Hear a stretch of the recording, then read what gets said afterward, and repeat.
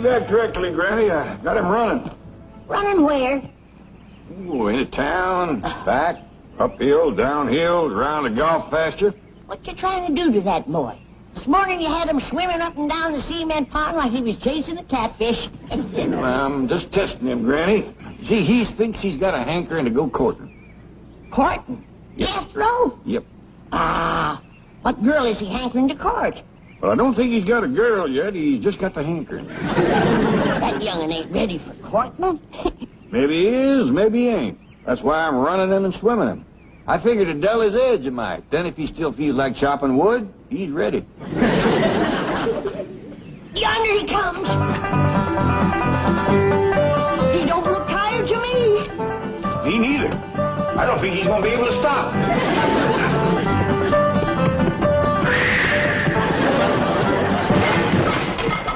It could have been worse. He could have took out 5-10 foot of wall.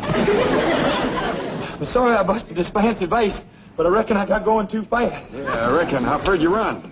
Oh, I figure 15, 20 miles. Top speed? Oh, no, sir. I stopped once. Well, there were some fellas digging this here ditch, and they looked right tuckered.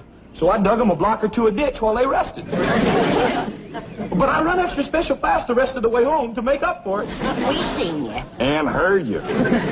Well, boy, you swum about 5 miles, run 15 to 20, dug a couple blocks of ditch. How do you feel about courting right now?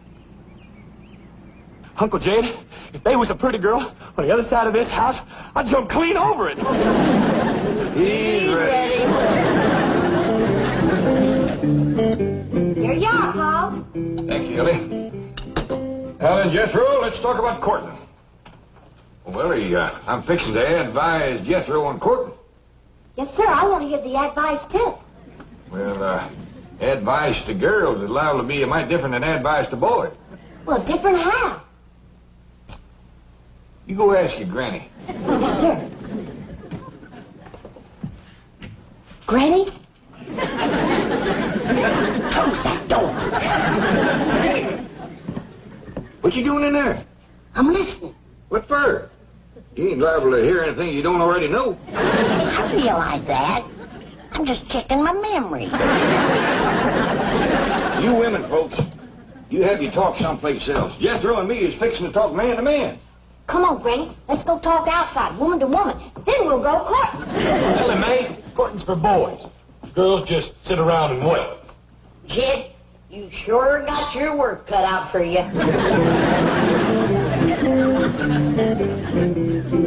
Now then, Jethro, how much do you know about courting? Well, it's kind of simple. You find a girl, and then you marry her. Boy, I want to tell you something. There's a whole heap of in-between. Like what? Like finding the right girl, for one thing. Sometimes that ain't so easy. Well, Uncle Jet, how will I know when I find the right girl?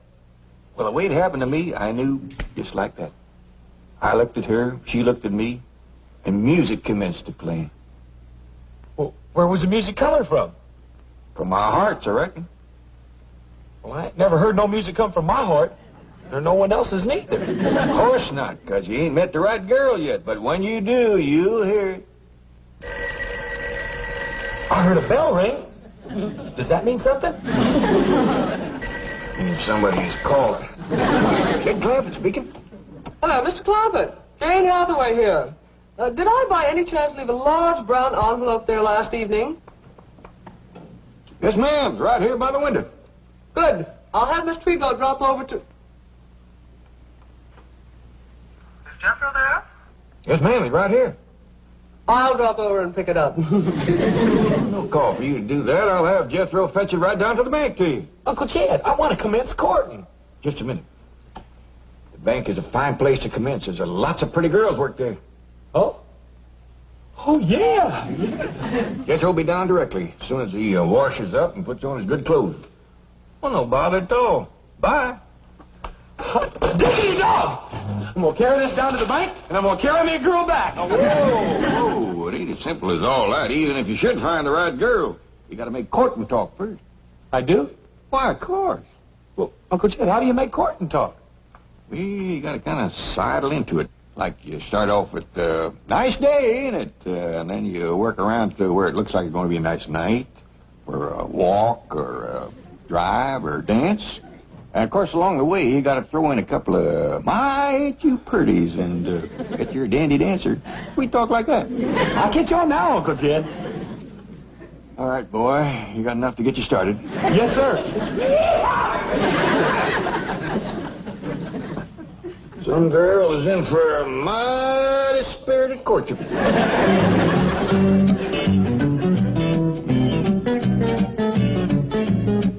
Oh, now then, type up a business expense voucher for last night's dinner conference. Food, $150. Beverage, $200. Entertainment, $15. Entertainment at a business dinner? Guest speaker. Gave a very interesting demonstration of the 27.5% depletion allowance benefits. I'd better make a note of his name. Of course. C.D. Laverne. Laverne C.D. That's right. Now, take a letter to, Excuse me, I'm sorry, but there's a Chickadee Laverne who insists on seeing Mr. Drysdale. Chickadee? What? You tell old Chick I'll call him from the club. Call me nothing. You promised me cash on a barrelhead for the show I did last night. You are C.D. Laverne? Just call me Chickadee. That was a very interesting demonstration of depletion allowance benefits, Miss Laverne. Thank you. I do this dance where I take off everything except 27.5%.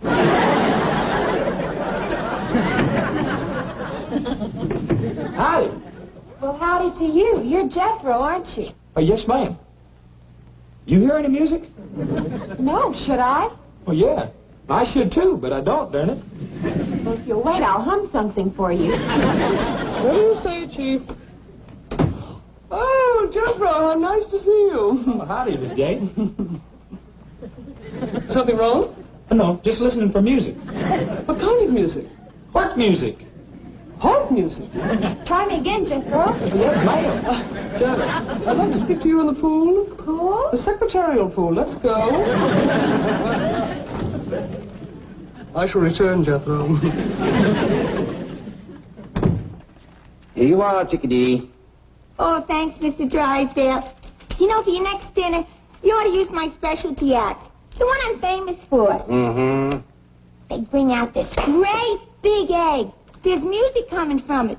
The MC says, "Here's Chickadee." And I pop out of the egg, and I go into my dance. Oh, cute, huh? Try to chase Manhattan Bank. They love big eggs. You don't even have to hire an orchestra. Look, I got this little transistor radio. See? Watch. I tuck it in here. That's very interesting. Don't call us, we'll call you. Of course, for my specialty, I have to charge a little more. Those big eggs cost a lot of money. I'll keep you in mind. Hi. Hi. I hear it. I hear the music just like Uncle Jed said I would. Uncle Jed? Yeah, he said that I know you was the one just as soon as I heard the music. Oh, he caught my eye. Come on, let's go. Wait a minute, don't rush me. Oh, I forgot. It's a nice day, ain't it? I mean, it's going to be a nice night for a stroll, a drive, or a dance. I mean, you sure are pretty. And I bet you're a dandy dancer and lots of sweet talk like that. Come on, let's go.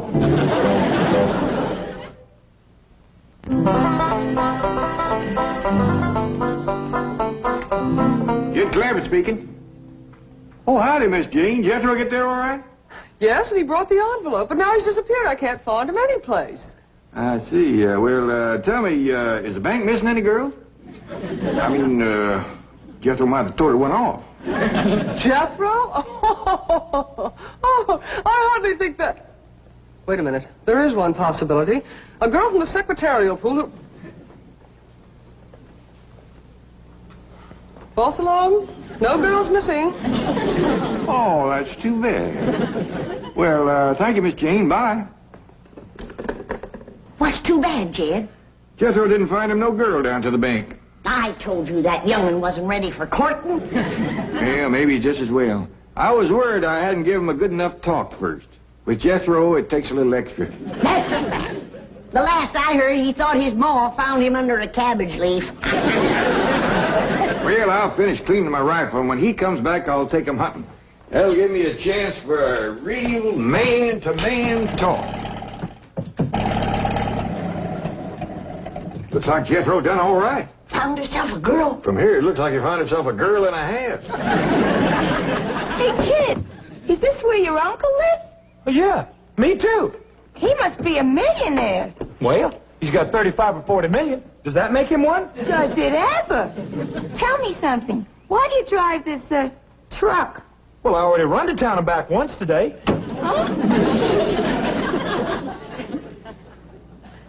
Ooh, that's a big one. Big strapping girl like that can sure help you with the housework, Granny.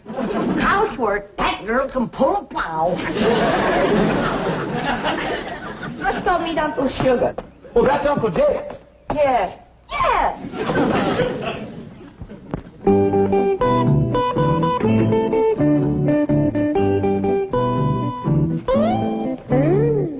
Gee, I finally made it. A private engagement in a big Beverly Hills mansion. Oh, hey, hold on. You're not engaged yet. That's right. Where's your uncle? Hey, Uncle Jed, I done found her. Come see. Here she is, Granny. Jethro, stop your bell or Louisa coming. Here she is. I heard the music, just like you said I would, Uncle Jed. The girl, the one and only, Miss, I don't know your name. Laverne. Chickadee Laverne. Howdy there, Miss Laverne, Chickadee Laverne. This here is Granny. Howdy. Howdy. You people live here? You own this mansion? Yes, ma'am. They found oil on our place back home, so we moved out here. Oh, you're one of those oil millionaires. I played all over Oklahoma and Texas. You don't say. Well, this here's my daughter, Allie Mae. Howdy. Honey, I don't want to worry you, but your fur piece is moving. The dearest possum. Allie Mae, take them critters outside. I told you again and again, the house is no place for them. Yes, sir, Paul. Well, when's the engagement? Tonight? Tomorrow night? I'm ready. Me too. Now, maybe we better get better acquainted before we start talking engagement. Why don't we all sashay out to the kitchen? Oh, come on, Miss Chickadee. I'll take you. Well, what do you women folk think of her? Well, don't you think she's a little bit too old to marry up with Jethro, Punk? Of course she is. That kind of worried me, too, especially her talking about playing all over Oklahoma and Texas. Take a heap of years just to do that. She's about the right age for you, Jed. Granny. Yeah, why don't you marry up with her, Paul? Then I could have me a mom. You hush that kind of talk to both of you. She's Jethro's woman. He found her. According to what he told me, it was true love, too. He heard their hearts making music and everything. I still say she's too old for Jethro. Well, you can't tell about city women, Granny. I've seen old ones that look young and young ones that look old. Well, I'll just go and ask her how old she is. Now, wait, Ellie. If we're going to find out Miss Chickadee's age, we got to do it in a kind of roundabout way. I don't want her embarrassed now. You leave it to me, Jed. Come on. What a kitchen. Oh, yes, ma'am. This here is my favorite room in the whole house, because this is where Granny keeps the victuals. Do you like to eat victuals? I don't know. I don't believe I've ever eaten any. Well, Miss Laverne, Chickadee Laverne, how are you and Jethro getting along? Oh, just call me Chickadee. I love this mansion. And this kitchen is the end. Oh, no, there's a lot more out back. Ain't that right, Granny? Speaking of that, how old are you? Granny, that ain't hardly what I'd call roundabout. Excuse her, ma'am. Oh, that's all right. By the way, I don't want to rush you, but I'm ready to work anytime. It's going to be a thrill working in this beautiful mansion. You hear that, Granny? Jethro, I'll say this for you. You didn't pick a lazy woman. Thank you.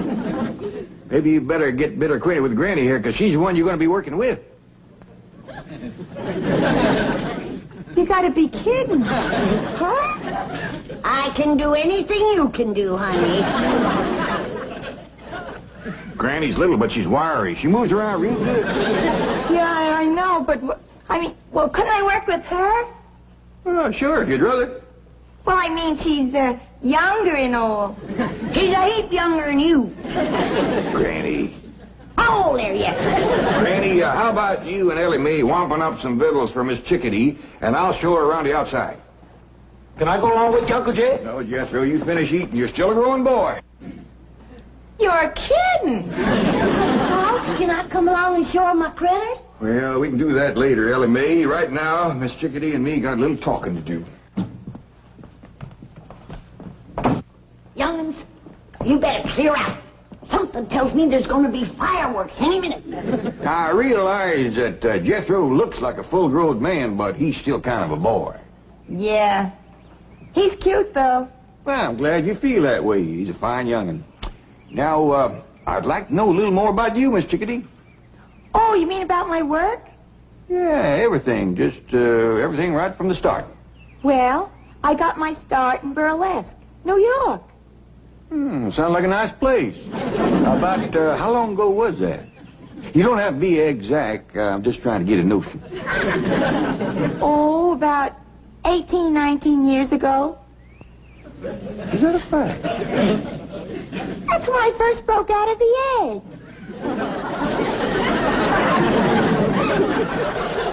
You come from an egg? Sure, you know about that, don't you? Oh, yeah, of course. I'll tell you what.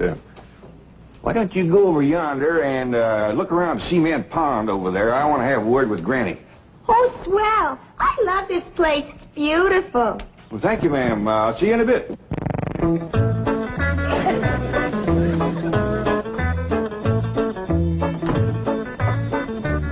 You know, Granny, maybe Miss Chickadee ain't the right woman for Jethro. Of course she ain't.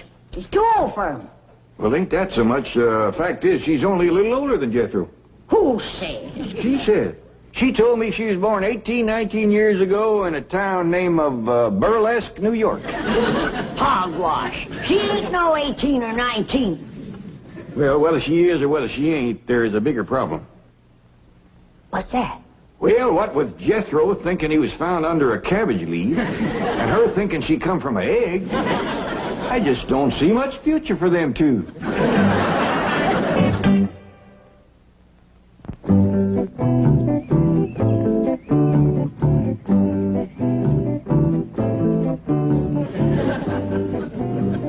Sure do appreciate you showing me how to work with you, Miss Chickadee. Glad to do it, kid. Say, when you get your glove off, that's when we commence to working? Yeah, that's when we really get started. Tell me something. Your dad's worth like 35, 40 million bucks, right? Why do you want to work? Oh, I don't mind. Besides, if I don't, Granny will want me. Yeah, I had an aunt like that. She shoved me out on the stage when I was 15. I never knew my mother. Me neither. You mean your father's a widower? Yes, ma'am. I was kind of hoping he'd marry up with you so as I could get me a mom. Really? I like you. And my critters like you, too. And when critters take a liking to folks, they's generally good and not mean or nothing. Yeah. Hey, you want me to show you what Elmer can do? Now watch him take this here grape out of my pocket.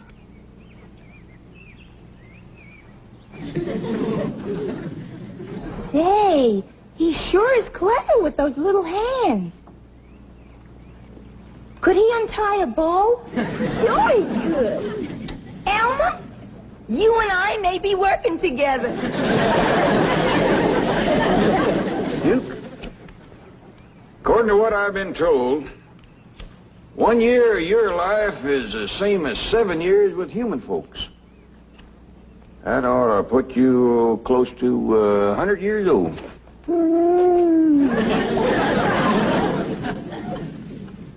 Well, I didn't aim to worry you none. It's just that if I'd lived as long as you had, I might be able to work out this vexing problem I got with Jethro and Miss Chickadee. Well, if this ain't a fine howdy-do. You sit there whittling like you ain't got a care in the world, when your own kin is fixing to marry up with a woman old enough to be his ma. I'm studying on the problem, Granny. Well, you better study fast, 'cause as soon as Jethro is done eating, he's gonna want to commence courting.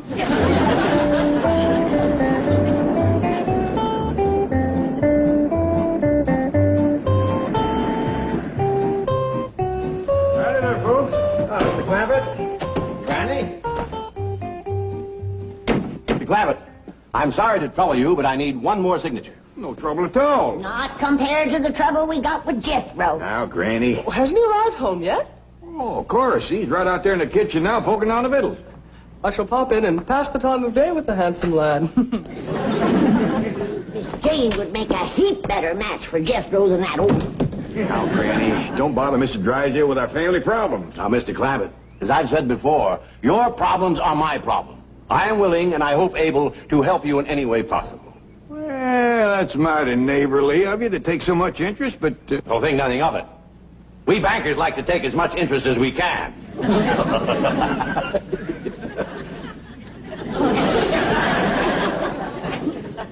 I was making a joke. Interest, banker. I suppose you might call that an inside joke. Oh, well, come on inside and tell it. We ain't got no time for jokes. Jethro is a-heading to the altar with the wrong woman. What's this? Now, Granny, Mr. Drysdale got a bank to run. Precisely why I'm interested in your problems. Now, tell me more. Well, you see, Jethro is in love with this girl. Girl. Yeah, Miss Chickadee does look a mite old for her years. Did you say Chickadee? Yes, sir, Miss Laverne, Chickadee Laverne. Where did Jethro meet her? Down by your bank, I think. Mr. Clampett, that girl is a stripper. What's a stripper? Someone who takes off their clothes. What's wrong with that?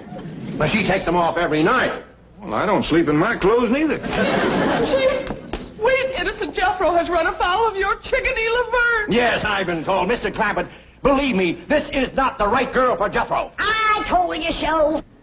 Please, Mr. Clampett, let us get her away from here as quickly as possible. Well, I wouldn't want to hurt her feelings none. She's right friendly and a willing worker. Here she comes. Hold on, I reckon it's my duty to talk to her first. Miss Chickadee, about the wedding. Oh, that's going to have to wait, Uncle Sugar. I got this great new act that's going to make me the sensation of show business. Now, you watch.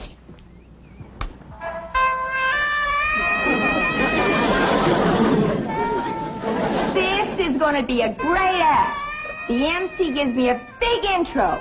I walk through the curtains with this raccoon. Right away, he starts unfastening my... Great act. Great act. Now, let's hurry down the bank, and I'll sign you up for the big convention next week. Hey, Uncle Jed, where's Mr. Drysdale taking my sweetie? Never mind, Jethro. But I found her. She's mine. I courted her and sweet talked her and all. Forget about her, Jethro. Go take yourself a swim.